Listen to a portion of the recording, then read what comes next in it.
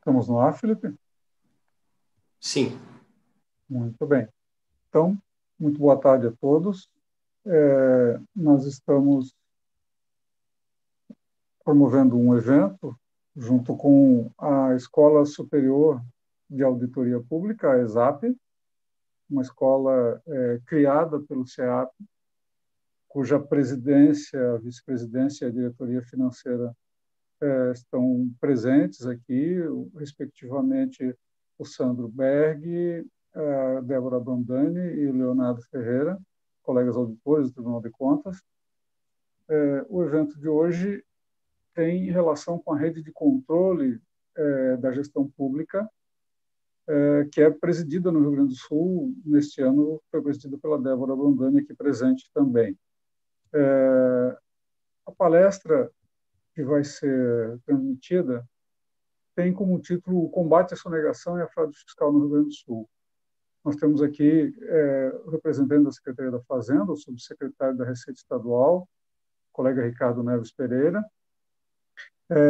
Presente na sala também o procurador do Estado, Daniel Amorim do Amaral Vieira, e o colega da Receita Federal, Eli Eduardo Lemos. É um prazer tê-los aqui, sejam muito bem-vindos todos, e desejo a todos um ótimo evento aqui na tarde de hoje. Vou deixar a palavra diretamente com a colega Débora, que a partir daqui passa a conduzir os trabalhos do nosso encontro. Boa tarde. Estamos iniciando um dos eventos de encerramento do ano da Rede de Controle da Gestão Pública no Rio Grande do Sul. Tradicionalmente, a rede presta contas à sociedade de suas ações desenvolvidas ao longo do ano. A rede de controle ela é composta por 28 órgãos públicos e também parceiros privados. Nós temos como parceiro o Observatório Social no Brasil. Nós trabalhamos ao longo do ano com grupos de trabalho e também com uma troca entre as diferentes instituições, trocas de informações, trabalhos conjuntos que se desenvolvem e que muitos contatos ocorrem durante as reuniões da rede de controle, através da rede de controle. E uma das nossas tarefas, ela iniciou este grupo com o viés voltado ao combate à corrupção. E viés que se mantém, mas que se ampliou ao longo dos anos e se passou a trabalhar também nos grupos de trabalho com ações voltadas à melhoria da administração pública. E dentro destes escopos da rede, há também a forte preocupação com o equilíbrio fiscal dos órgãos públicos, no que se abrange não apenas o equilíbrio por parte da despesa pública, mas também a receita. Então, este ano, nós quisemos promover esse debate a respeito da receita pública. E, por isso, nossos integrantes da rede se dispuseram, e que nós agradecemos por estar aqui conosco, hoje vão nos trazer essas experiências desenvolvidas no âmbito do Estado do Rio Grande do Sul. Temos esse ano como parceiros, tivemos o apoio do SEAP Sindicato e temos como parceiro de evento a Escola Superior de Auditores Públicos, que inicia as suas atividades e que também se soma aos objetivos da rede e dos órgãos que integram a rede no sentido de qualificar a administração pública. Então, vamos dar boas-vindas e desejamos um bom início de trabalho para a nossa escola e até passo, antes das palestras, a palavra ao Sandro Berg, o nosso diretor da Escola de Auditores Públicos. Muito boa tarde a todos, muito obrigado, Débora. Sejam todos bem-vindos a esse nosso encontro, que tem como finalidade tratar de um tema muito relevante para todos nós, para a sociedade, de modo geral. Na pessoa do Josué, eu saúdo a todos que participam deste evento, em especial aos nossos colegas Ricardo, Daniel e Eli Eduardo, que representam aqui a nossa bancada de palestrantes dessa tarde. Um cumprimento muito especial à Débora, vice-diretora da nossa escola, ao Leonardo, coordenador geral também da nossa escola, pessoas que têm empreendido um esforço muito grande na estruturação e no pensamento dessa escola daqui para frente. É uma satisfação para a nossa escola integrar esse projeto, integrar essa atividade importante da rede de controle. Ouvindo o resgate que a Débora traz aqui das atividades do ano da rede de controle, eu me transportei para 2009, oportunidade em que chega ao Tribunal de Contas um ofício vindo do Tribunal de Contas da União, e à época eu trabalhava na assessoria da Direção de Controle e Fiscalização, dando conta justamente dos primeiros movimentos tendentes a criar a rede de controle. E naquele ano de 2009, final do primeiro semestre de 2009, nós começamos as tratativas cheios de dúvidas, cheios de inseguranças em relação aos três grandes eixos que, à época, presidiam a formação dessa rede, que eram a previsão de uma atuação articulada entre os órgãos, o compartilhamento de dados e informações entre os órgãos e o terceiro eixo, o eixo que dizia da capacitação mútua entre os parceiros integrantes da rede. À época eram 3 órgãos muito restritos aos organismos de controle da administração pública, né? Então, nesse ponto particular da capacitação para, naquela época, e hoje mais estendida, né? Mas naquela época focada no combate à corrupção, é que a nossa Escola Superior de Auditoria Pública pretende se colocar à disposição. Então, o nosso organismo de educação, qualificado como é a partir do seu quadro docente de excelência, se integra a esse esforço, colocando-se à disposição para toda e qualquer necessidade em termos de capacitação de atores, sejam eles da sociedade, sejam da própria administração pública, dos 3 níveis de governo, para colaborar com as ações da rede de controle. Muito obrigado pela oportunidade, desejo sucesso aos nossos palestrantes e que tenhamos todos um bom final de tarde de evento. Muito obrigado. Gostaria de salientar, então, que estão conosco também do CEAP Sindicato Felipe Costa Leiria e da escola o Leonardo Ferreira, que também faz parte da coordenação. Agradecer todo o apoio e também em relação à rede de controle, agradecer o apoio não apenas dos nossos participantes, que muitos se empenharam ao longo desse ano, e também o apoio dos órgãos, dos dirigentes dos órgãos, que têm mantido a participação ativa na rede de controle. Passo a palavra ao doutor Eli Eduardo Lemos de Azevedo, que é auditor fiscal da Receita Federal e chefe substituto da Divisão de Fiscalização.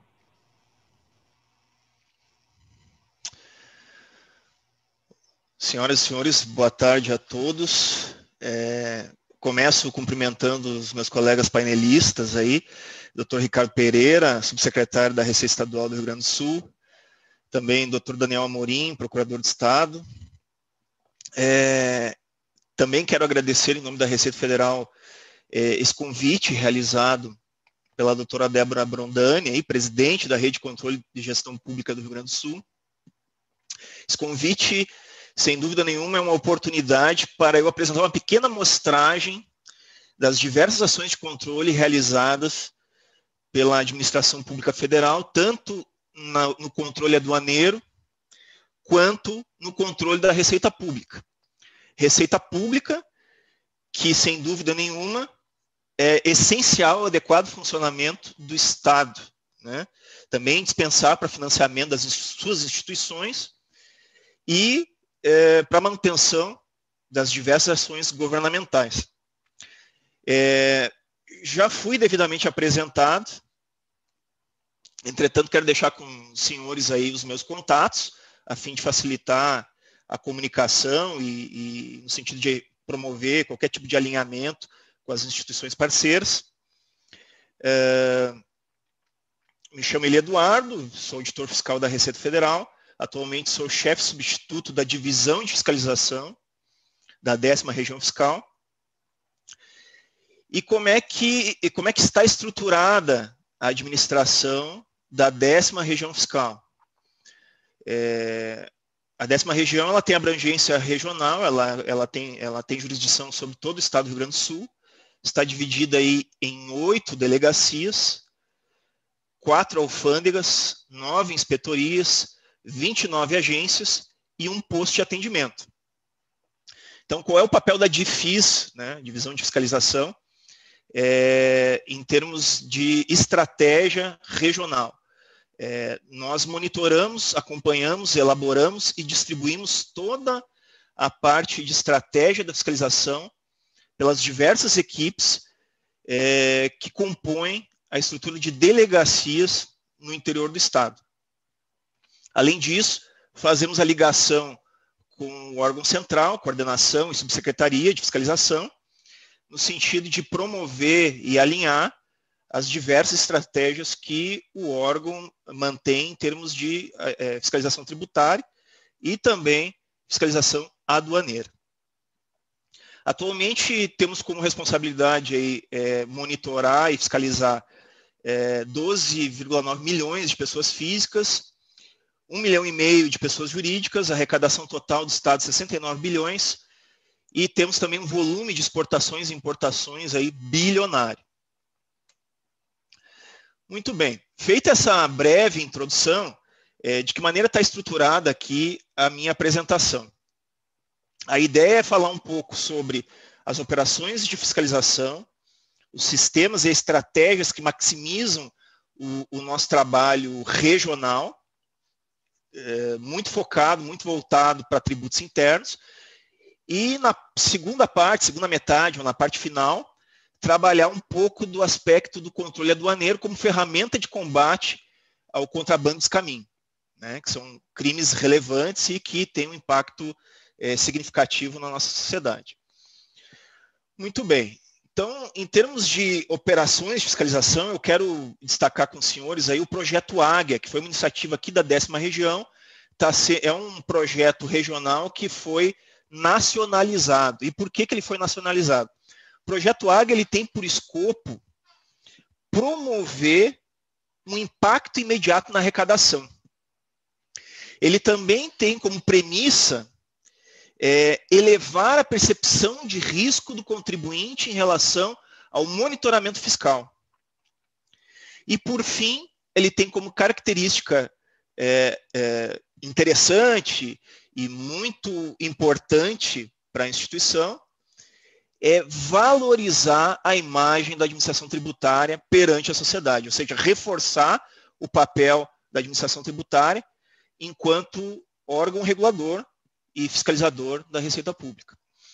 Então, quero comentar com vocês alguns projetos, algumas operações que foram realizadas no âmbito do projeto Águia. Então, a primeira delas, operação conjunta, que foi executada em parceria com a Receita Municipal de Porto Alegre, como é de conhecimento de todos.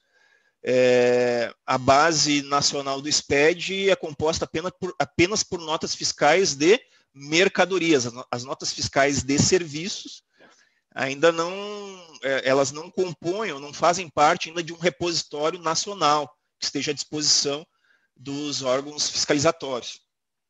Então, essa operação foi feita em parceria aqui com a Prefeitura, com a Receita Municipal de Porto Alegre. Tivemos um foco em conformidade, realizamos 51 reuniões, tá? E foram recuperados 7 milhões, aproximadamente 7 milhões em tributos federais. Percebam que o objetivo aqui foi promover a autorregularização, ou seja, foi concedido ao contribuinte a oportunidade de resolver, né, a sua situação tributária perante o fisco. E aqui já aproveito para comentar uma oportunidade de estratégia que podemos ministrar em parceria com o Tribunal de Contas do Estado, tá?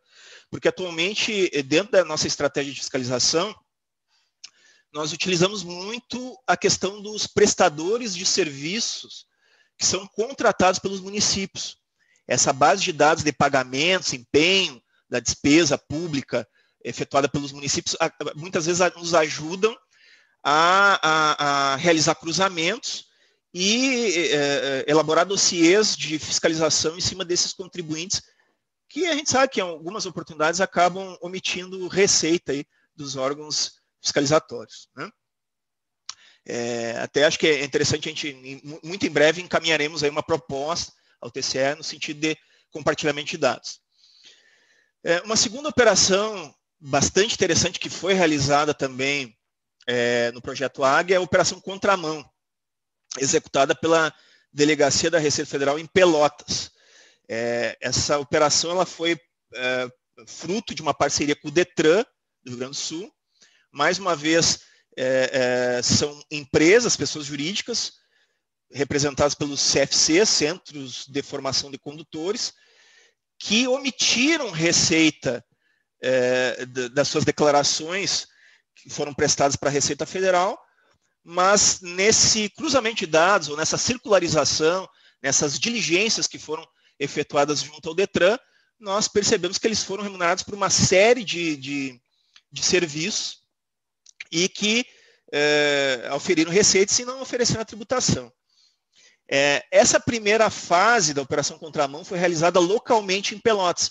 Como foi uma operação de sucesso, nós resolvemos agora, para 2021, regionalizar, ou seja, nós vamos fiscalizar o estado todo, todos os CFCs, utilizando essa base de dados do Detran.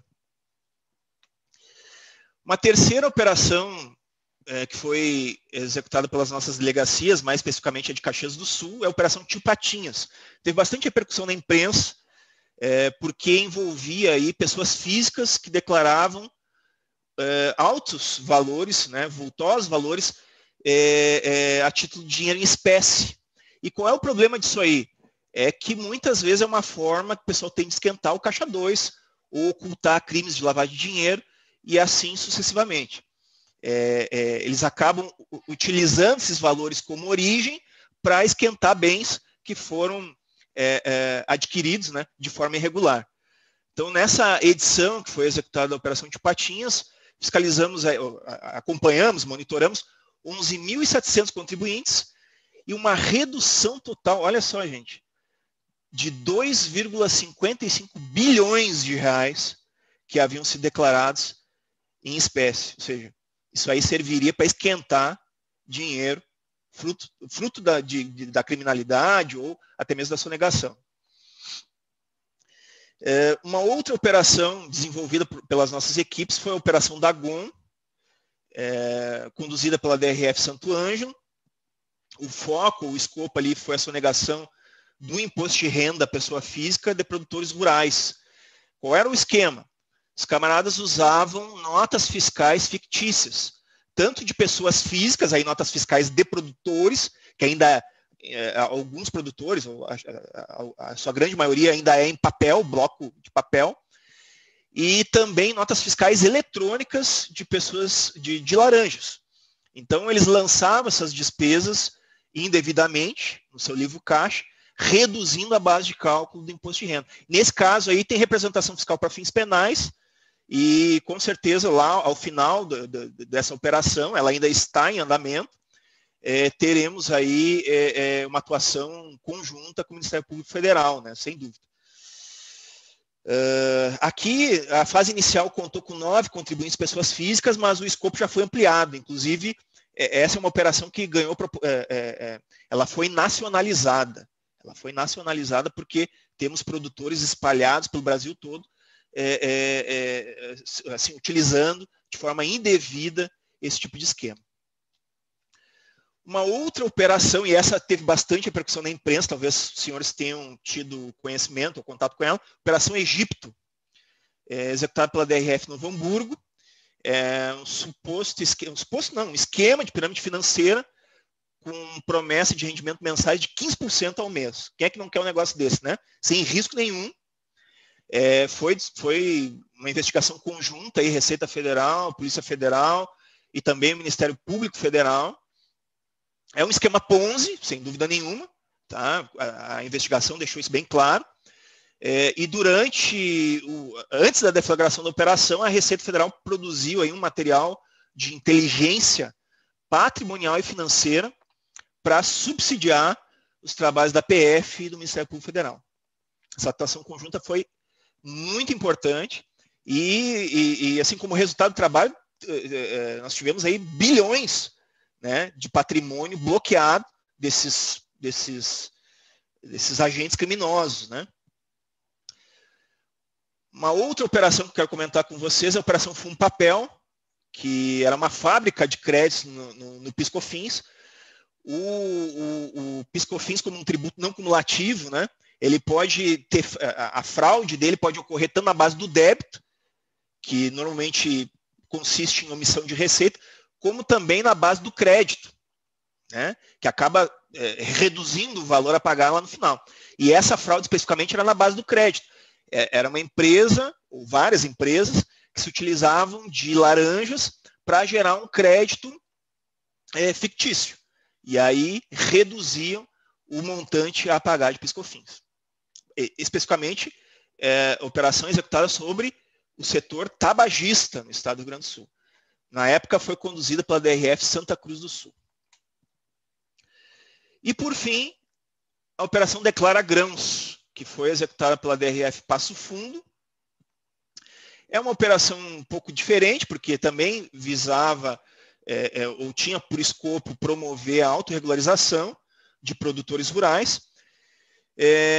E como é que essa operação surgiu? Toda vez que o produtor vende, comercializa sua produção agrícola, o adquirente dessa produção rural, quando for pessoa jurídica, emite uma contranota fiscal dando entrada desse produto agrícola no seu estoque. E aí nós constatamos que havia uma base muito grande de compras realizadas pelas pessoas jurídicas, sem ter a contrapartida do produtor da receita declarada lá na sua DIR-PF, né, Declaração de Ajuste Anual do Imposto de Renda. Foi um cruzamento simples, tivemos um bom desempenho na primeira fase, que foi executada localmente em Passo Fundo. Essa é outra operação que está em andamento e teve proporção regional. Na primeira edição tivemos aí um crédito tributário de 8,5 milhões, atingindo 3.825 contribuintes.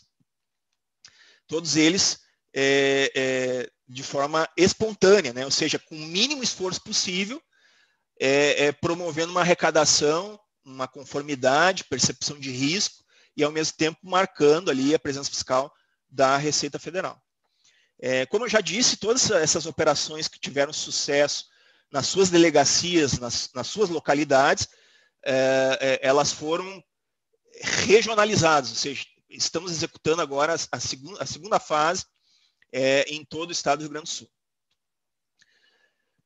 Concluída, então, essa primeira metade da apresentação, até porque o meu tempo aqui ainda me resta 8 minutos, eu concluo, então, a parte de tributos internos e avanço para o controle aduaneiro, que também é outra ramificação, outra prerrogativa, outra atribuição, né, da Receita Federal do Brasil, e que também é de fundamental importância em termos de combate a criminalidade, mais especificamente contrabando e descaminhos, crimes de contrabando e descaminho, e principalmente, meus amigos, a concorrência desleal, porque aqueles bens que são importados irregularmente, e é muito comum acontecer isso com as bebidas alcoólicas, com produtos de informática, né?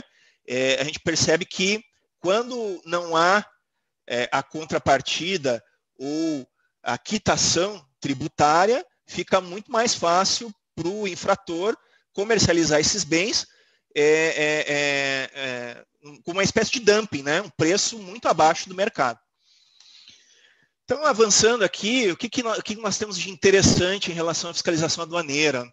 Nós praticamente triplicamos o nosso quadro de auditores fiscais lotados nessa atividade, em comparação dos anos de 2019 com 2020, nós passamos de 7 para 17 auditores, parece pouco, tá? Mas quando a gente observa aqui embaixo a curva de oportunidade, né, ou de ganho marginal, de eficiência na atividade. Percebam que em 2019 nós tínhamos aí um véu médio de 33 milhões de reais por auditor, e em 2020 passamos para 69 milhões, ou seja, duplicamos, né, a eficiência dos trabalhos relativos às fiscalizações aduaneiras no estado do Rio Grande do Sul. Então, aqui ao lado eu listo algumas atividades, né, que são executadas por essa equipe. Como vocês podem ver, tem trabalho de classificação fiscal, IPI, etc. Apreensão de mercadorias também, né, fruto do contrabando descaminho. Aumentamos de 142 milhões em 2019 para 160 em 2020.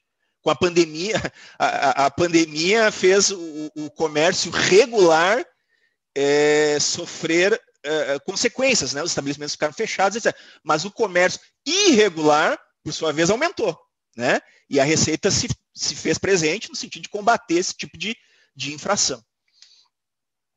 E qual é a composição desses bens, dessas mercadorias que foram apreendidas aí? Majoritariamente cigarros, percebam? 55 milhões de reais em apreensões ao longo de 2020. Está no topo do ranking. Tivemos outros bens aí como eletrônicos, bebidas, veículos, etc. Vestuário também teve uma parcela importante, mas os cigarros estão no topo da lista. Também tivemos apreensão de drogas aí, algo em torno de 2,3 toneladas. Essas apreensões preponderantemente compostas por maconha, né? Então, assim, a nossa equipe ali, nós temos a divisão de repressão ao contrabando descaminho, que é a DIREP, que faz parte da Superintendência Regional aqui na 10ª região, que faz trabalho de combate aí a esse tipo de ação criminosa. Aqui só uma operação que foi feita em abril, em apenas uma apreensão, tivemos 490 quilos de maconha, né, em abril de 2020. Também tivemos apreensão de automóveis, apreensão de caminhões. O regulamento aduaneiro permite, né, essa é uma forma de inibir administrativamente a continuidade da atividade ilícita. Você apreende o veículo que serve para cometer os ilícitos. E aí, de certa maneira, acaba mitigando esse problema do contrabando descaminho, né? Também, durante a pandemia, tivemos muitas apreensões de bebidas alcoólicas em Eldorado Sul, em maio de 2020. Eu poderia citar várias outras ocasiões, mas é só a título de exemplo, né, para a gente ter uma ideia assim, do que a Receita Federal vem fazendo ao longo do ano. Também temos algumas operações conjuntas, né? Aqui, mais especificamente, foram 2 MBAs entre a DIREP, a EFRAU, a equipe de fraudes que faz parte da DIFIS, é uma equipe da DIFIS, da Divisão de Fiscalização. Ela tem como função principal o combate à fraude, tanto na parte de lavagem de dinheiro, interposição de pessoas, utilização de laranjas, noteiras, etc., e crimes investigativos, tais como os de pirâmide financeira e outros, né? Então, ao longo de 2020, tivemos aí 2 operações bastante interessantes, que foi a Operação Canoeiros, com foco justamente nos cigarros, e a Operação Descartes, que foi uma operação nacional em cima de... Aqui no Rio Grande do Sul, especificamente, o alvo era uma empresa pública de tecnologia, cujo conselho de administração e presidência, etc., eram ex-agentes políticos. Constatamos ali que houve superfaturamento desses serviços. Também houve indícios de corrupção e pagamento de propina para diversos agentes políticos. Então, foi uma operação conjunta, Ministério Público Federal, Polícia Federal e a nossa equipe de fraudes. A DIREP deu um apoio nesse caso aí também. Parceria com o Cefaz-RS, na parte de troca de informações, apreensão de cargas, principalmente com o Posto de Torres, que acaba fazendo esse controle interregional. Para a gente é fundamental essa parceria aí com a Receita Estadual. E é isso aí. Eu ainda tenho 2 minutos, mas procurei acabar um pouco antes do tempo, tá? justamente para não atrapalhar aí a apresentação e os painéis dos demais colegas. Depois, acredito que teremos aí rodada de perguntas. Se os colegas quiserem promover o debate, tirar dúvidas sobre algum ponto específico da apresentação, estou à disposição. Ok? Meu muito obrigado e um grande abraço a todos. Agradecemos a bem esclarecedora explanação que traz a dimensão do trabalho da Receita Federal, né, que vai tanto em relação ao combate à sonegação, tão importante a preservação das receitas públicas, dos órgãos públicos, para a população em geral, e também deste combate ao contrabando e à prática de ilícitos, que prejudica, no caso, esse comércio ilegal, prejudica os comerciantes legalizados. Né?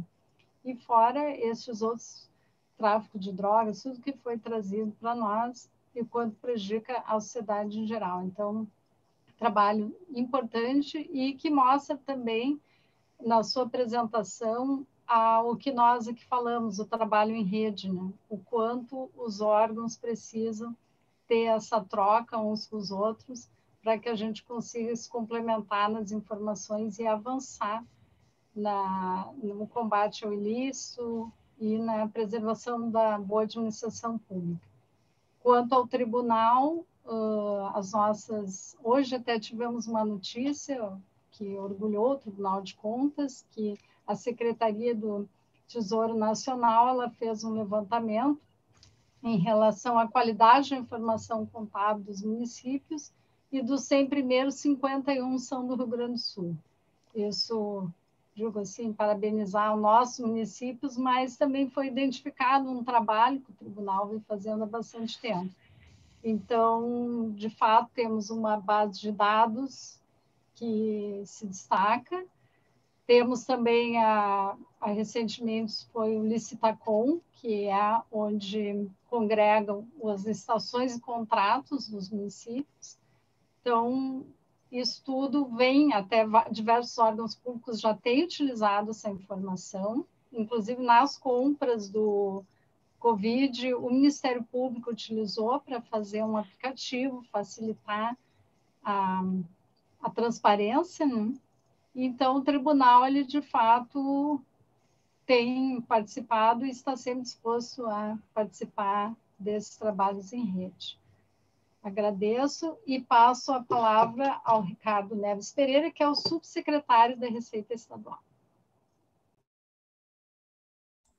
Muito boa tarde, Débora. Eu vou compartilhar aqui a minha apresentação, mas antes de mais nada, saúdo a presença dos meus colegas painelistas, o Eli, né, o Daniel, né, que estão presentes neste painel, os colegas do Tribunal de Contas do Estado, seja do CEAP, né, o Sandro, o Leonardo, né, o Felipe, que está ajudando na condução aqui desse painel, o Josué, né, com quem a gente teve um relacionamento muito profícuo nos últimos tempos também. Eu queria só compartilhar minha apresentação aqui, um minutinho só. Vamos lá. Eu vou fazer, Débora, né, e pessoal que está nos assistindo, uma apresentação um pouco mais institucional, para mostrar um pouco da atuação da Receita Estadual do Rio Grande do Sul no combate à sonegação e à fraude fiscal, né? Então, estamos, né, como não é, acho que todas as instituições estão, num processo de mudança profunda, né? E nós, como não poderia deixar de ser, também estamos nesse processo de mudança. Então, eu vou só ligar o meu cronômetro para não passar dos meus 15, 20 minutos. Deixa eu ligar aqui, ok. Então, vamos lá. Então, eu vou mostrar para vocês um pouco desse nosso novo modelo de atuação da Receita Estadual. A nossa agenda aqui, pessoal, a gente vai falar de uma contextualização, né, basicamente de como começou todo esse processo e como é que essa nossa ação, né, que está se aderindo a esse modelo, um modelo novo de atuação dos fiscos e das administrações tributárias, que vem muito ao encontro do que o próprio Eli, né, acabou de falar. Enfim, sobre o ponto de vista de contextualização, é bom ressaltar que o Rio Grande do Sul, a Receita Estadual do Rio Grande do Sul, vem desenvolvendo o que nós chamamos de uma agenda, a Receita 2030, né, um programa, né, com um conjunto de 30 iniciativas de modernização e qualificação da nossa estrutura, né, para melhor atender aos propósitos da instituição. Então, a Receita Estadual, para quem não está muito familiarizado, que está nos assistindo, é no caso do Rio Grande do Sul, a instituição responsável pela administração tributária estadual. Então, nós temos bem claro o nosso propósito, a nossa missão, e eu destaco aqui a nossa visão, né? Então, a gente quer e persegue, né, ser uma instituição de excelência em administração tributária na era digital, né? Eu acho que aqui a gente começa a fazer uma mudança de modelo bem importante. Então, para conhecer um pouco da nossa estrutura, Débora, né? Olha só, nós temos na Receita Estadual, né? Nós acompanhamos 65 mil contribuintes, que são da categoria geral, são os contribuintes geralmente que fazem a apuração normal do ICMS. Então, aqui eu estou falando de indústria, comércio, né? O varejo, o atacado, né? E estamos falando aqui de 200 mil empresas do Simples Nacional, 700 mil produtores rurais, né? E 3 milhões e 600 mil veículos tributados. Então, para atender e controlar e administrar toda essa estrutura, nós temos 390 auditores fiscais. Na verdade, o número é até menor. Nós temos 386, né? E 445 técnicos tributários. Então, essa é uma equipe muito enxuta. E dentro dessa visão, colegas, de ver e de trabalhar com uma realidade que se impõe, que é ter estruturas muito enxutas de administração tributária, tanto no Brasil como no Rio Grande do Sul e no mundo também, cada vez mais a gente se pergunta, qual é a nossa pergunta-problema? Como é que eu aumento a efetividade no combate à sonegação e à fraude fiscal dentro do cenário atual? É um cenário que se impõe para todos nós, né? Buscando, mais do que tudo, promover justiça, né? E combater a prática concorrencial desleal e, né, promovendo uma concorrência leal entre as empresas. Então, a gente tem trabalhado muito nisso e daí nós entendemos que, e foi muito interessante, nós montamos esse projeto no início dessa gestão, do governador Eduardo Leite, do secretário Marco Aurélio, e nós temos 2 focos principais de trabalho, né, do Receita 2030, que é uma simplificação extrema das obrigações. A gente entende que a máquina tributária, a administração tributária tem que facilitar a vida do contribuinte também, sem perda de controle, né, sem a gente abrir mão de um controle efetivo da própria administração, né? E uma transformação digital do fisco. Eu acho que é isso que nos move, né? E o caminho que nós vemos e que é sem volta é uma administração tributária que vai estar, vamos lá, para a sociedade, nós estaremos dentro de um, entre aspas, de um celular. Então, essa vai ser a diferença. Nós vamos nos relacionar com a sociedade de maneira que a sociedade nos enxergue, né, a partir dos serviços que nós prestamos e dos serviços digitais, né, isso de um lado. Bom, no quesito, aqui fica um gráfico, né, uma tela em que a gente apresenta para os senhores aqui as 30 iniciativas que nós temos do Receita 2030, né, com 6 eixos que nós trabalhamos, um de simplificação, um de diálogo e relacionamento com os contribuintes, de arrecadação e fiscalização, de racionalização administrativa, desenvolvimento econômico e benefícios fiscais. E, por sinal, benefício a gente tem uma interface muito forte até com o Tribunal de Contas, né? E sempre interagindo para fazer a troca de informações sobre como é que são as concessões, etc., dos benefícios. Mas todas essas medidas, de uma forma direta ou indireta, colaboram para esses nossos processos internos e externos de combate à sonegação. Então, o nosso pilar, né, qual é a nossa ação? Então, passada essa contextualização, qual é o modelo que nós trabalhamos com relação ao combate à sonegação e à fraude fiscal? Deixa eu só ver o meu tempo aqui. Tá. Essa pirâmide é uma pirâmide muito famosa que existe em alguns manuais mais recentes de administração tributária. É uma pirâmide que nós chamamos de pirâmide de conformidade. Ela define estratégias de atuação do fisco, né, conforme a atitude do contribuinte.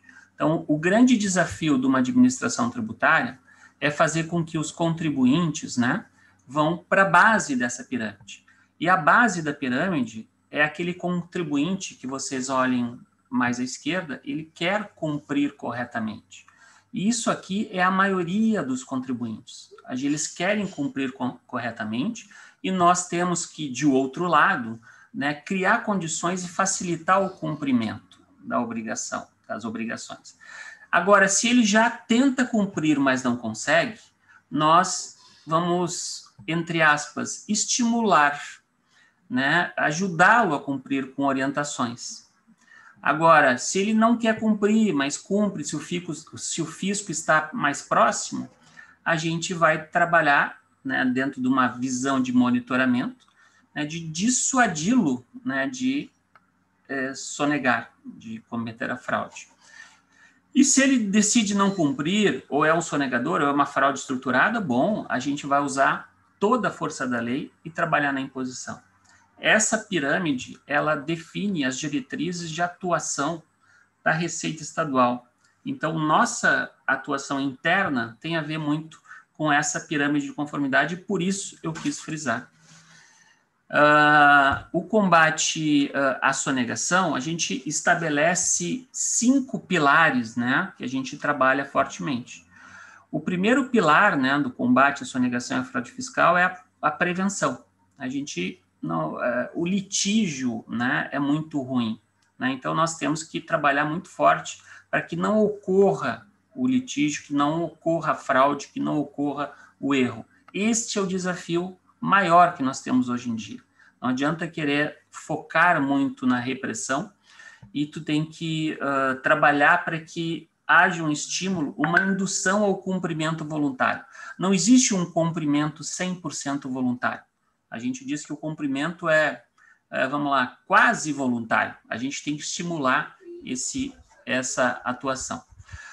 Temos também uma atuação, agora, avançando um pouco mais, uma atuação especializada, né, que trabalhamos com os grupos setoriais, uma atuação um pilar de atuação integrada aqui com vários órgãos, e aqui tem Receita Federal, os órgãos de controle, né, a polícia, Ministério Público, né?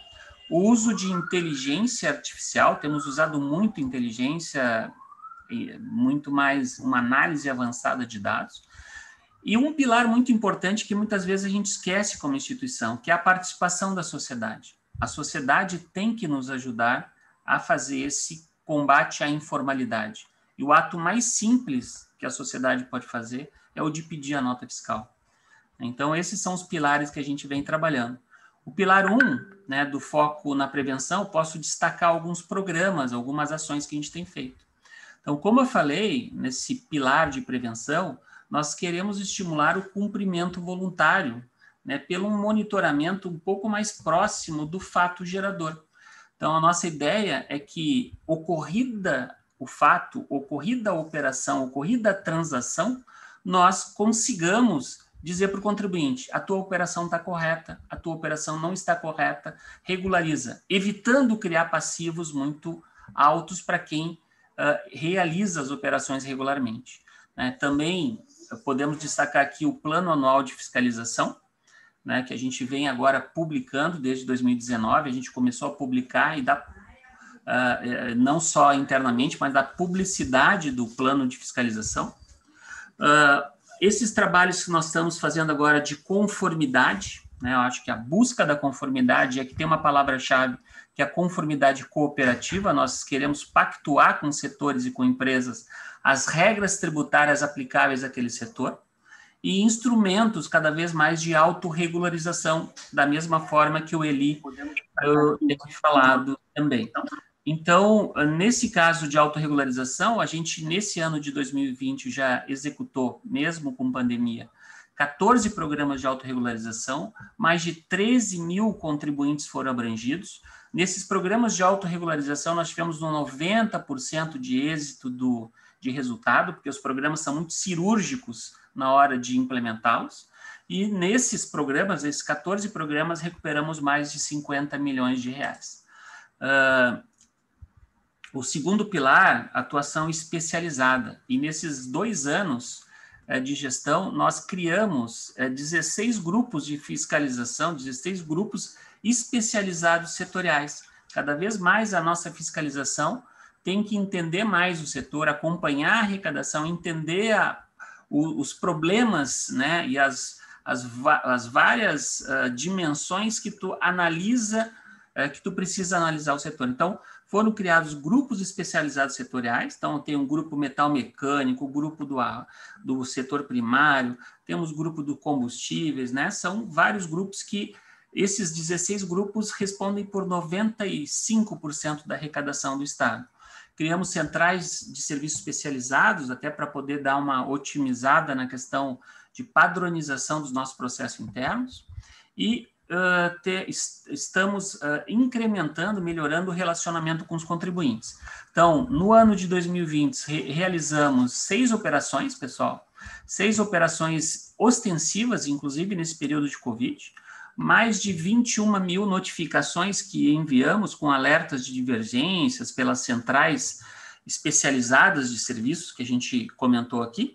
Mais de 2.600 verificações fiscais foram feitas em 2020, com mais de 6.600 autos de lançamento lavrados, superando 613 milhões, mesmo nesse período de Covid. Então, uma atuação integrada, e aqui o Daniel vai palestrar um pouco, né, vai participar do painel mais adiante. Nós estamos fortalecendo a atuação do CIRA, que é o nosso Comitê Interinstitucional de Recuperação de Ativos, onde participam a Procuradoria-Geral do Estado, o Ministério Público e a Receita Estadual, em que nós estabelecemos e vamos estabelecer cada vez mais ações de recuperação de ativos, né, mas também com uma ponta voltada para o combate ao crime, especialmente na inadimplência contumaz, aquele contribuinte que vem regularmente como prática declarando e não pagando. Então, também com a Procuradoria-Geral do Estado, um comitê de integração estratégica que tem funcionado muito bem, e vários órgãos, inclusive com Receita Federal, como o Eli falou, com a atuação junto ao Posto de Torres e outras ações de inteligência que a gente tem trabalhado juntos também. Com os municípios, nós temos um programa muito legal, que é o Programa de Integração Tributária, em que os municípios podem colocar volantes municipais, são aqueles veículos, né? A gente transfere para os municípios a possibilidade de eles realizarem ações de fiscalização volante, fiscalização do trânsito. E é uma parceria muito boa, funciona muito bem. Então, nós temos aqui, nesse quesito de atuação integrada, só no CIRA, desde o período que ele começou ali, em 2018, nós já temos 230 milhões regularizados, né? Mais de 40 casos estão em análise permanente no CIRA. Quando vai para o CIRA, pessoal, é porque a coisa é grave, né? É porque realmente é alguma fraude muito estruturada que precisa de uma ação da Procuradoria-Geral do Estado, com cautelar fiscal, ou em última instância, vai uma representação para o Ministério Público que vai resolver ou encaminhar, se for o caso, uma denúncia para o Poder Judiciário. E 99%, isso aqui é um número muito expressivo, 99% dos municípios têm ou aderiram a um programa de integração tributária. Realmente é um programa bem interessante. Inteligência artificial, nós criamos aqui uma central de inteligência, né? analítica, que nós estamos chamando a CIA, e essa central de inteligência analítica, né, trabalha, né, com esse volume elevado de informações, especialmente de documentos eletrônicos, né, ou num trabalho pioneiro, né, do Rio Grande do Sul, que acabou indo para o resto do país. Nós temos, por exemplo, todo um sistema de recebimento de informações sobre a passagem de veículos por alguns pontos de controle, né? Sejam controles como aqueles radares móveis, né, em que tiram foto dos veículos, né? E isso aí tudo vem para uma base central em que a gente compartilha com todo o Brasil e com as atividades nossas internas de fiscalização. Então, temos, até aqui foi uma coincidência e não é nenhuma cola na Receita Federal, mas temos ele também, a gente chamou de programa Águia no trânsito de mercadorias, a gente, que é uma atuação mais cirúrgica do nosso pessoal que trabalha no trânsito de mercadoria, com uso de inteligência. A Águia, ela simboliza muito isso, né? Simboliza uma visão ampla, né, e um ataque mais específico. Então, nós temos um programa Águia também sendo desenvolvido dentro da Receita Estadual, voltado para esse controle da circulação de mercadorias no trânsito, tá? Então, mais de 30 milhões de documentos fiscais, pessoal, são processados por dia. 30 milhões de documentos fiscais processamos por dia. E mais de 35 malhas fiscais que a gente tem trabalhadas. O outro pilar que temos trabalhado muito fortemente, eu acho que vocês devem acompanhar, é o programa da Nota Fiscal Gaúcha. É um programa de educação fiscal de um lado, de cidadania, de solidariedade, porque envolve entidades de assistência social, mas, no fundo, todo esse produto, esse projeto, esse sistema, né, de cidadania, ele quer estimular o cidadão a pedir nota fiscal.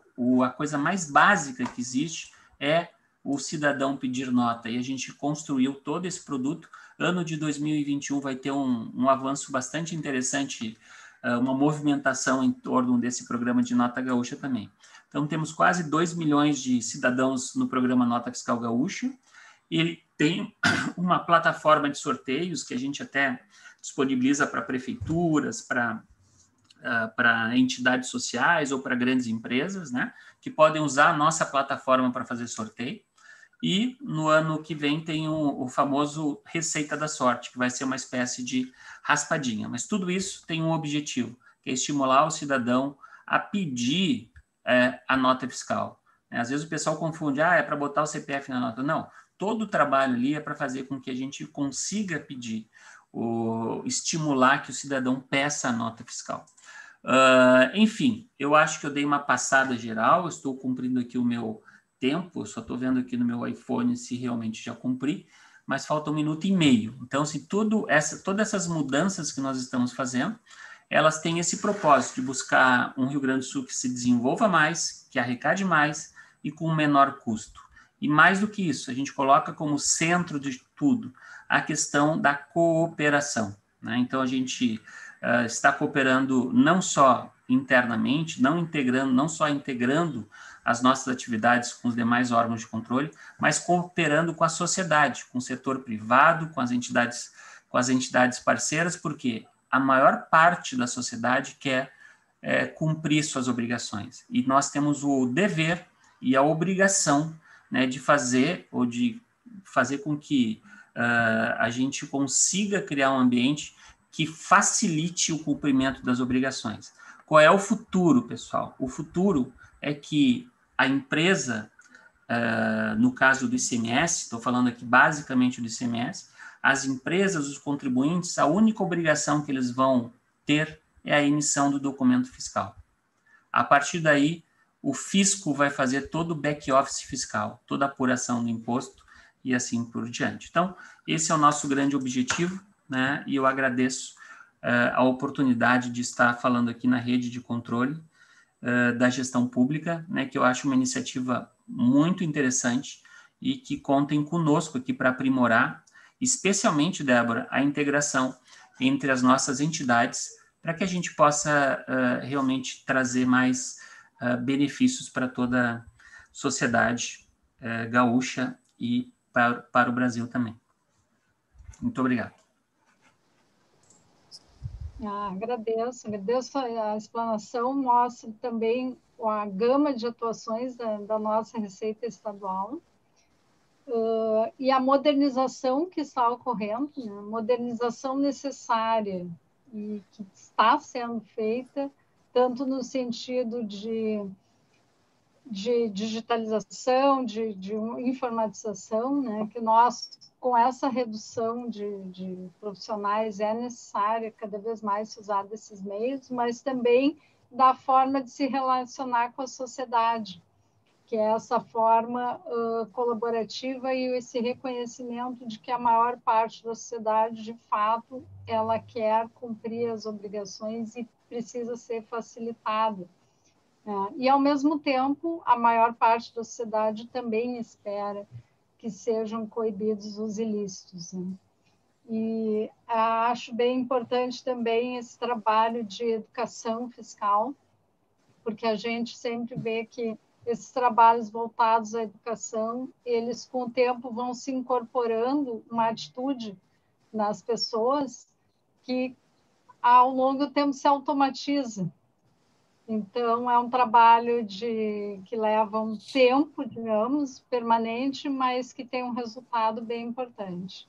Então, agradeço e passo ao Daniel Amorim, do Amaral Vieira, que é procurador do Estado e que vai falar agora para nós sobre o Comitê Interinstitucional de Recuperação de Ativos. Bom, saudações a todos. É um prazer para mim estar aqui representando a Procuradoria-Geral do Estado. Eu queria parabenizar os painelistas que me precederam, Eduardo, Ricardo Pereira. Foi muito interessante e enriquecedor conhecer mais a fundo o trabalho aí da Receita Federal, que é uma instituição que a gente não tem tanta proximidade em comparação com a Receita Estadual. Parabenizo ao Ricardo também pela apresentação. É importante a gente ver que a nossa Receita está migrando aí de um paradigma de governo eletrônico para um paradigma de governo digital, né? Voltado ao cidadão, voltado à simplificação tributária, enfim, auxiliando aí o contribuinte a trazê-lo a essa base da pirâmide de conformidade tributária apresentada. Eu vou tentar ser bastante breve aqui com vocês e abordar basicamente 3 pontos. Primeiramente, eu queria estabelecer um pouco a relação entre corrupção e a sonegação fiscal. No segundo momento, fazer uma apresentação mais institucional da Procuradoria-Geral do Estado, que criou recentemente um núcleo de inteligência fiscal. E, por último, abordar a iniciativa do CIRA, que já não é tão nova assim, vem de 2018, como já anunciou a Débora. Bom, para os operadores do direito, né, no primeiro momento, quando olha esse paralelo entre corrupção e sonegação, afinal, a rede de controle da gestão pública tem esse foco aí na corrupção, e essa participação aí da INCRA, Estratégia Nacional de Combate à Corrupção e Lavagem de Dinheiro. E a questão da chegada desse aspecto da corrupção para a sonegação fiscal, ela não é tão evidente do ponto de vista jurídico, né? A gente, quando fala em corrupção, se volta já para o direito penal e não consegue estabelecer diretamente esse link, esse vínculo. Mas ele é um vínculo que existe e é muito importante. Então, eu parabenizo assim, a rede por ter ampliado seus horizontes e trazido esse tema que ele é tão importante. Porque são 2 faces que vão impactar diretamente na percepção negativa que o cidadão tem em relação ao sistema tributário, né? Ao mesmo tempo que o cidadão contribuinte ele não tolera a corrupção, ele parece que tem no Brasil, uma maior intimidade com a sonegação fiscal, né? A sonegação fiscal parece, em determinados momentos, um ato de resistência do contribuinte em face do Estado que, na sua visão, não emprega os recursos públicos da forma como deveria e, pior ainda, né, repleto de escândalos de corrupção. Então, o escândalo de corrupção ele vai impactar e vai estimular essa percepção negativa do sistema tributário e aumenta, via de consequência, o ato, né, de sonegação fiscal. Estabelecido esse vínculo, a corrupção, sem dúvida, ela é muito prejudicial aos cofres públicos, mas estima-se que a sonegação fiscal ela causa um prejuízo ao erário cerca de 7 vezes superior ao que é perdido de recursos públicos com a corrupção. Então, daí, esse foco na sonegação fiscal ele é muito importante e ele vai ter uma repercussão direta aí no incremento, obviamente, da arrecadação.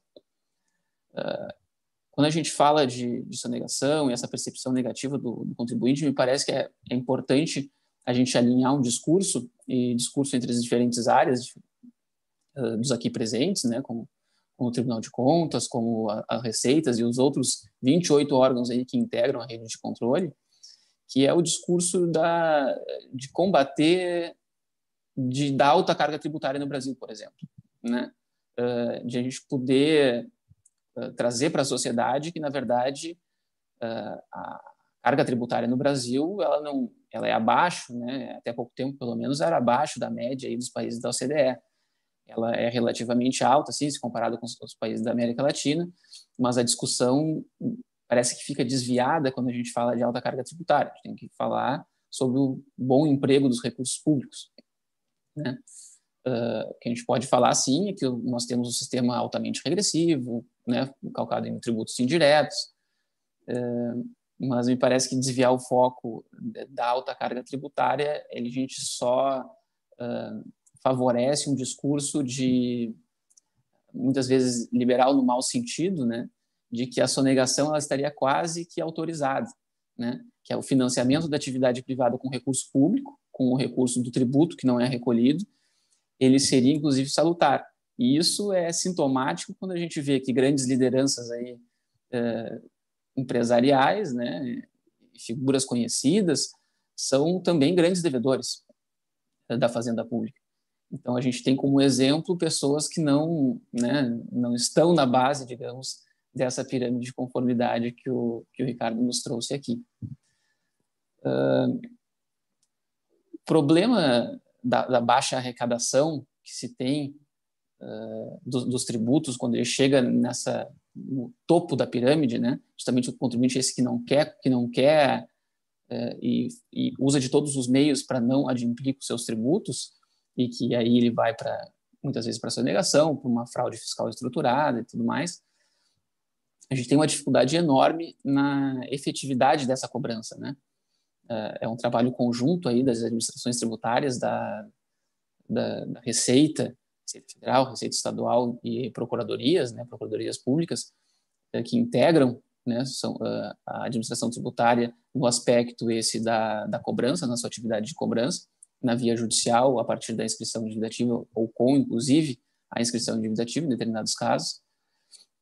A gente também tem que desmistificar um pouco a questão de que é em decorrência da morosidade do judiciário que não se arrecada, né?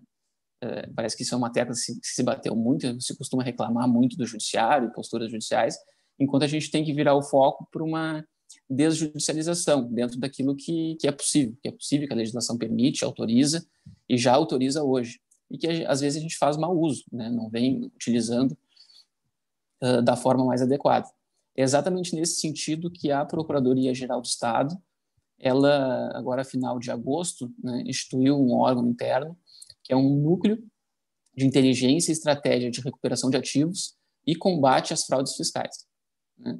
Ele é um núcleo de inteligência que tem basicamente 2 pilares. Apoiado nas ferramentas tecnológicas, numa necessária transformação digital da atividade da Procuradoria, e um outro na definição, no desenho aí de estratégias processuais, né, mais adequadas, mais cirúrgicas, que vão trazer uma maior efetividade no momento correto, mais estrategicamente falando, né? Esse núcleo de inteligência recém-instituído, como eu disse, ele tem um foco muito grande aí nessas ferramentas tecnológicas, porque a gente entende que essa transformação digital ela implica numa ampliação de acesso à base de dados, por exemplo, né? Sem a atividade de inteligência, sem o dado, né? Sem o dado que vai ser convertido em conhecimento, informação, ela é impossível, né, de ser feita. E o acesso a essas bases de dados ele é fundamental e a gente vem trabalhando fortemente para isso.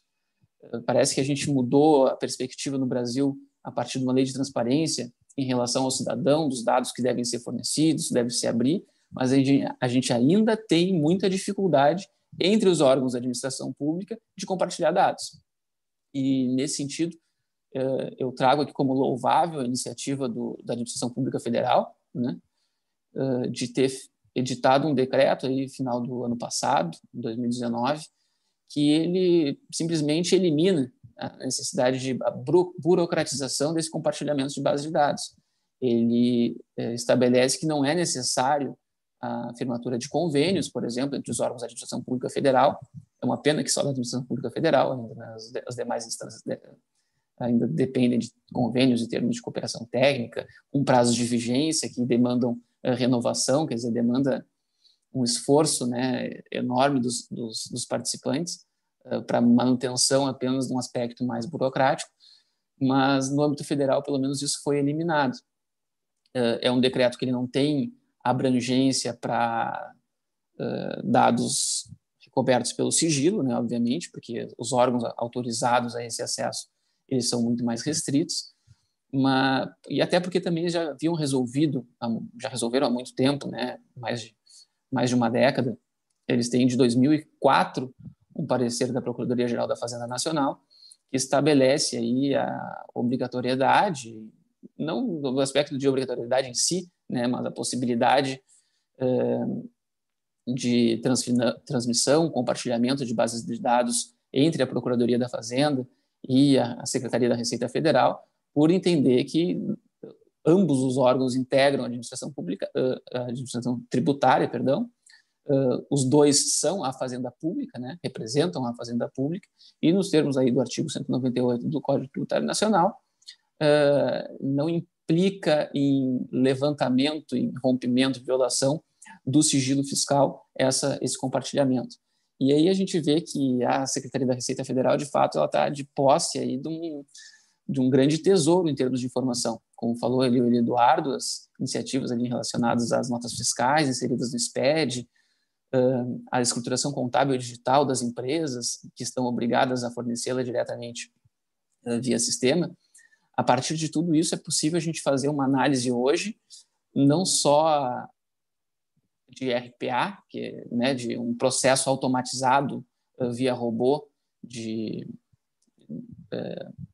catálogo e emissão de relatório das informações, mas também do uso aí das diversas ferramentas de inteligência artificial que vão poder aí dar, inclusive, insights preditivos em relação, por exemplo, ao score de crédito da dívida, né?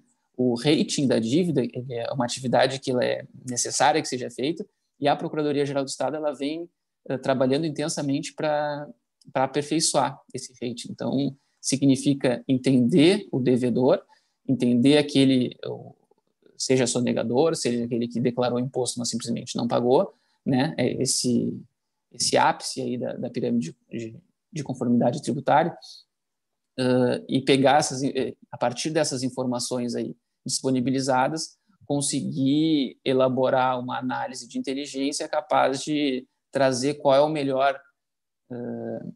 a melhor estratégia para combater, enfim, e efetivamente recuperar.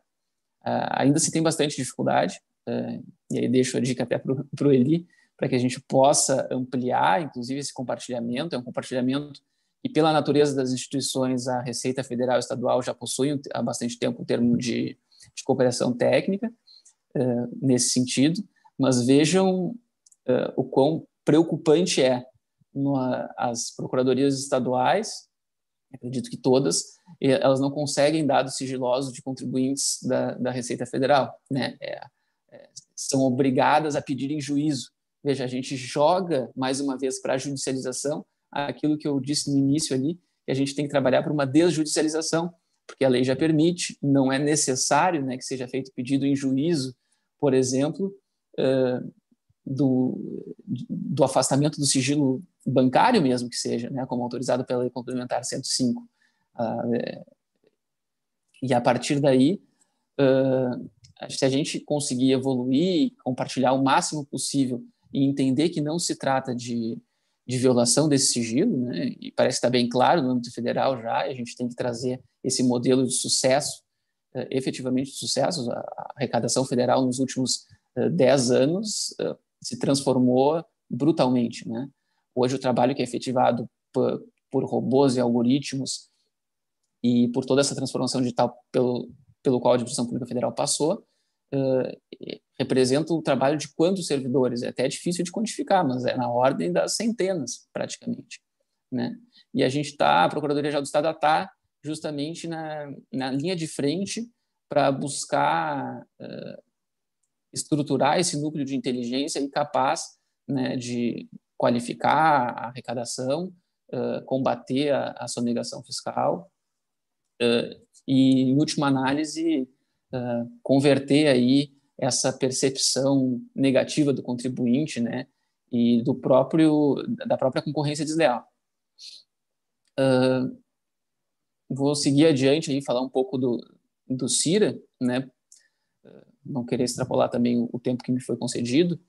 O CIRA é uma iniciativa extremamente exitosa, teve início aí em 2007, mais ou menos, aí com o Estado de Minas Gerais, e ele comporta um comitê interinstitucional de recuperação de ativos e que trabalha efetivamente em rede, né, nos moldes aí da rede de controle.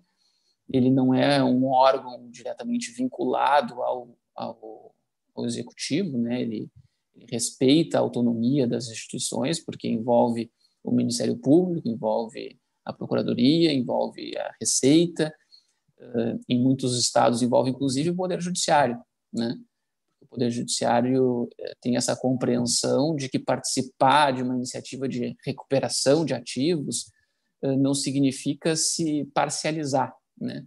Significa que é dado que o contribuinte, esse que sonega, o contribuinte que é alvo justamente desse tipo de estratégia, ele tem que ter o seu processo, assim como já é espelhado na lei de execução fiscal e outros instrumentos processuais, como a medida cautelar fiscal, que traz não privilégios, mas prerrogativas para o poder público, né, na sua atuação judicial, para a fazenda pública, em juízo.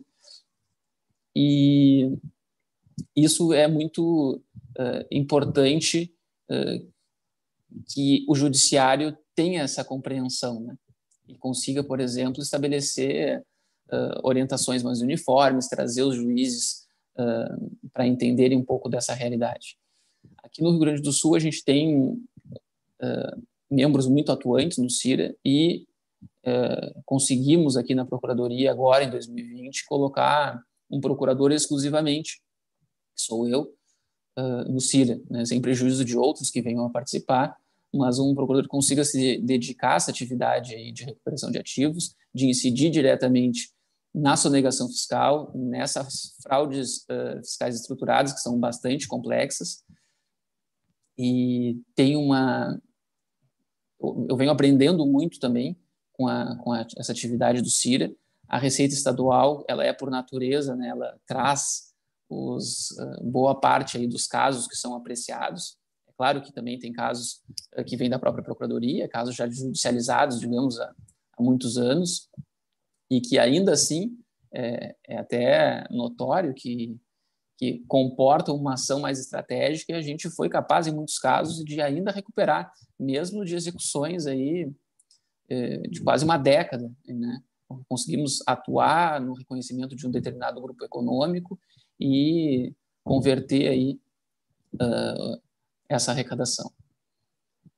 A Receita, a partir dessa iniciativa dos GES, que o Ricardo falou também, esses grupos especializados, setoriais, trouxe um ganho também de qualidade para os relatórios produzidos, porque são as mesmas pessoas especializadas, por exemplo, no ramo de medicamentos, de frigoríficos, calçadista, metal mecânico, enfim, o que for, mas que acabam por trabalhar já em determinada região do Estado, se especializam, entendem muito daquela atividade econômica. né, e tão próximos, às vezes, do setor também. E até porque muitas investigações, elas partem, como eu disse, do concorrente, né, o concorrente que está se vendo aí numa concorrência desleal no mercado, ele acaba denunciando, já enxerga o CIRA como esse órgão e já transmite aí às instituições essa denúncia, que a gente vai atrás, invariavelmente vai atrás da comprovação, claro, para ir atuar, né?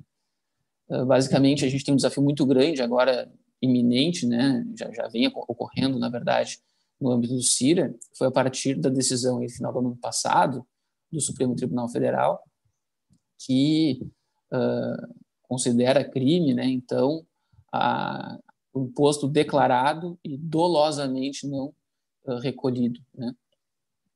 Esses devedores contumazes aí que, por essa cultura da inadimplência que eu falei antes, por essa percepção negativa do sistema tributário, achavam que devo, não nego, pago quando puder, e que isso não é crime nenhum, não tem problema nenhum. Eles migravam da sonegação por uma declaração efetiva, era um imposto declarado, não pagavam voluntariamente, dolosamente, para se autofinanciar, e lançando mãos aí de diversos artifícios, por todos muito conhecidos, mas que vinha ainda tendo muito efeito, né? Que hoje nós já estamos muito mais estruturados para identificar aí de grupos econômicos, de interpostas pessoas, enfim, das mais diversas fraudes perpetradas através, às vezes, até de planejamento tributário, como gostam de falar hoje em dia, até de uma otimização tributária das empresas. Mas era basicamente isso, né, que me competia, era tratar com vocês aí do CIRA, do NIF, desse núcleo de inteligência fiscal, que me é muito caro e vai ser um desafio aí dar andamento, né, a ele nesses próximos anos, que eu queria compartilhar aí com vocês. Muito obrigado e fico à disposição. Obrigada, Daniel. Inclusive, algo que falastes dialoga com uma intenção que nós tínhamos esse ano na rede, e que, em virtude assim, da nossa adaptação à pandemia, nós não desenvolvemos, mas acho que o ano que vem seria importante, e nisso contar com vocês também, que seria um grupo específico sobre a educação fiscal. Até foi uma proposta da Receita Federal, e pelo que falastes, de fato, acho que é uma área, e até queria ouvir um pouco a opinião de vocês, se não seria uma área que a gente precisa trabalhar melhor na sociedade, né? A educação fiscal. Tem uma outra pergunta, uma pergunta que foi colocada no YouTube, que é direcionada a ti, por isso já coloco. Se tens o número do decreto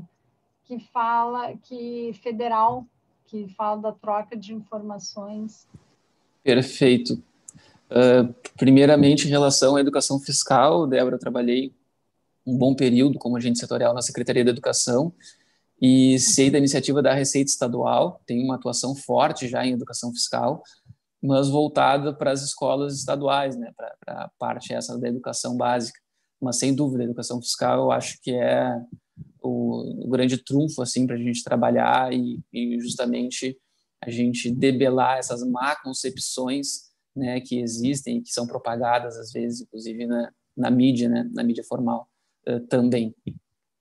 Em relação ao decreto, sim, o decreto é o 10.046 de 2019. E o parecer que eu mencionei da Procuradoria-Geral da Fazenda Nacional, né, que entende que não viola aí o dever de sigilo fiscal, o compartilhamento entre a Procuradoria e a Secretaria da Receita Federal, e eles o fazem já desde então, e muito, muito bem, é o parecer 980 de 2004, da Procuradoria-Geral da Fazenda Nacional, aprovado pelo então ministro da Fazenda. Obrigada. Nós temos uma pergunta que é dirigida ao Ricardo, que é em relação ao avanço da nota fiscal gaúcha para 2021. A pergunta é, além da raspadinha, né, que foi anunciado, se haveria alguma estratégia para ampliar o número de contribuintes cadastrados e a nota fiscal com CPF registrado. Boa pergunta aí dos colegas que estão assistindo, né? Nós temos esse programa Nota Fiscal Gaúcha, eu acho que também endereça o que tu colocaste, Débora, da questão de estímulo, de tentar estimular a questão da educação fiscal.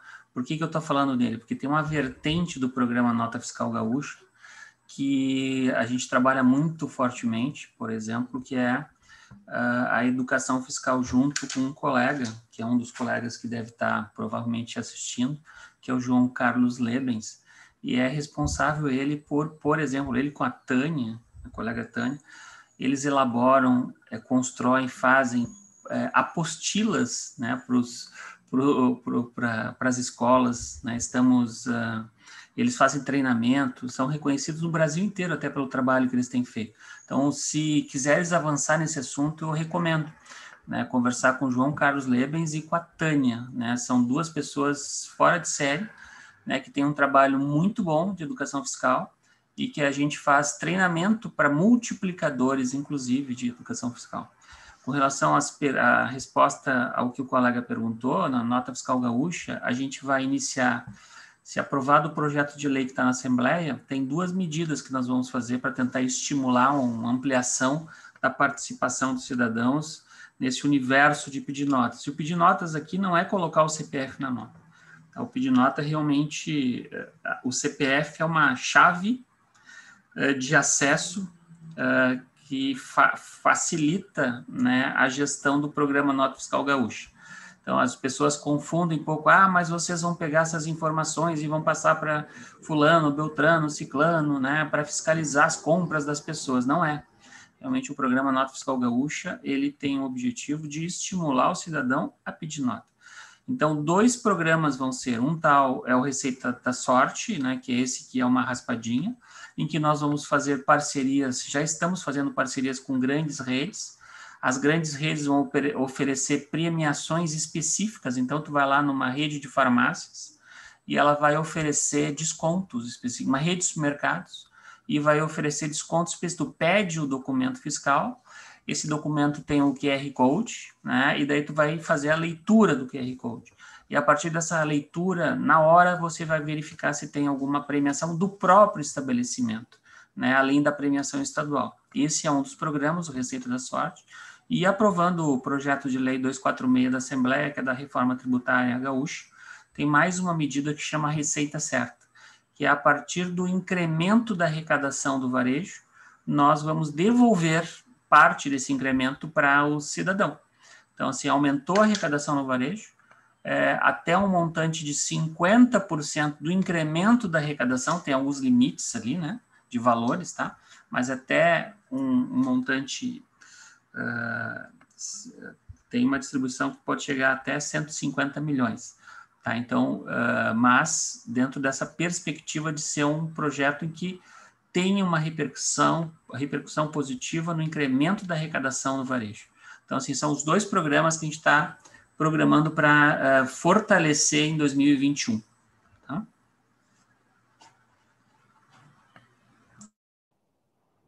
Obrigada. Eu gostaria de abrir para os nossos colegas que aqui estão, além dos participantes, queiram enviar mais perguntas, mas os colegas que estão aqui conosco, se tem algum questionamento para fazer para os nossos participantes.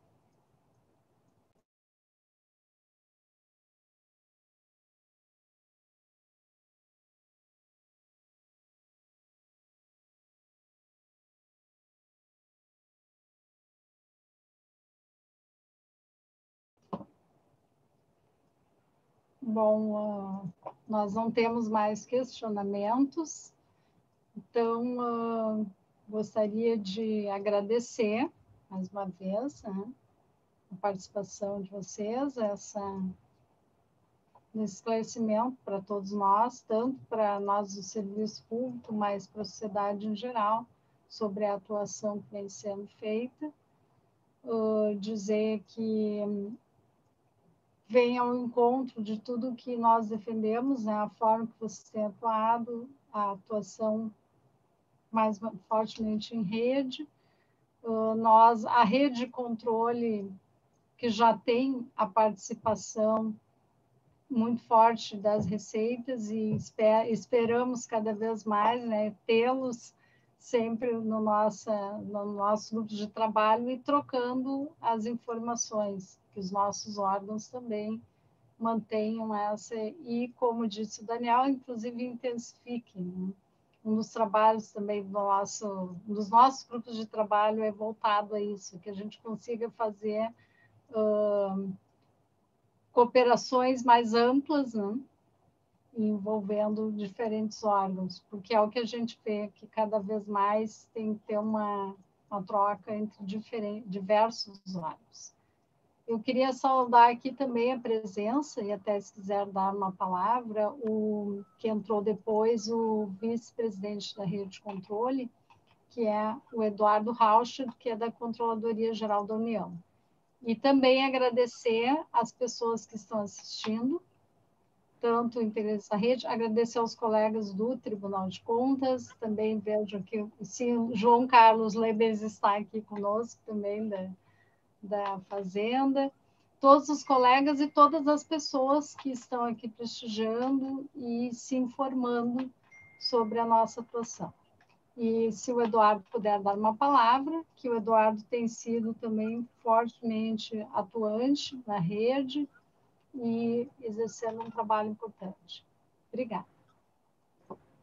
Bom, boa tarde, pessoal. Em primeiro lugar, eu gostaria de agradecer à doutora Débora, ao CEAP, à escola do TCE, a todos os palestrantes e dizer que a rede de controle é o espaço também que a gente, para tentar resolver os gargalos, né, para conseguir uma maior efetividade no trabalho da Receita Estadual, no trabalho da Receita Federal, da PGE, e convidá-los, né, a participar das atividades da rede futuramente, inclusive tanto no GT esse da educação fiscal, como na proposição de outro GT, outro grupo de trabalho, e aí a gente pode convidar, integrar eventualmente algum outro órgão público, o Tribunal de Contas, Procuradoria do Município, que também integra a rede, CAGE, a própria CGU, TCU, e dizer que a gente está à disposição enquanto rede, né, mais uma vez cumprimentá-los, e agradecer o ano, né, agradecer pelas realizações, e convidá-los, então, para as atividades do ano que vem. Muito obrigado. Obrigado também. Peço também ao colega Leonardo, se ele quiser dar uma palavra, que também é nosso colega da escola, que não se apresentou aqui. Se puder falar, Leonardo. Boa noite, colegas. Uma saudação especial aos nossos expositores aí, que muito bem colocaram ações de controle e fiscalização com um resultado bastante efetivo. E o que eu percebi de comum entre elas é o alto nível de inteligência agregada, porque são, por regra, operações complexas, né, como bem disse o Daniel aí. E tenho para mim que esses enfrentamentos só podem ser feitos pela administração pública numa sistemática de rede mesmo, né? Com parcerias, conjugando as diversas competências e a partir daí, então, com esta sinergia, conseguir entregar para a sociedade trabalhos desse quilate. Esse foi um belo evento aí da escola, em parceria com o pessoal da rede, com o CEAP, e eu acredito que outros possam ser realizados como desdobramento desse aí, porque a qualidade realmente, ao meu sentir, foi muito boa. Então, deixo aqui os meus parabéns aos colegas e creio que seja isso aí, Débora. Obrigada. O Josué Martins, que é presidente do CEAP, ele não pôde, ele está com dificuldade de conexão e deixa, então, uma saudação a todos os participantes, tanto os nossos palestrantes como as pessoas que estão assistindo, e também salienta que este evento foi gravado, ele fica disponível nas redes do CEAP Sindicato. Foi um prazer estar com todos, desejamos que tenham todos um bom final de ano, que tenhamos perspectivas melhores, né, em relação a 2021, com a saúde, né, com a superação dessa dificuldade que estamos tendo em relação à saúde este ano. Então, um prazer estar com todos e que a gente consiga em 2021.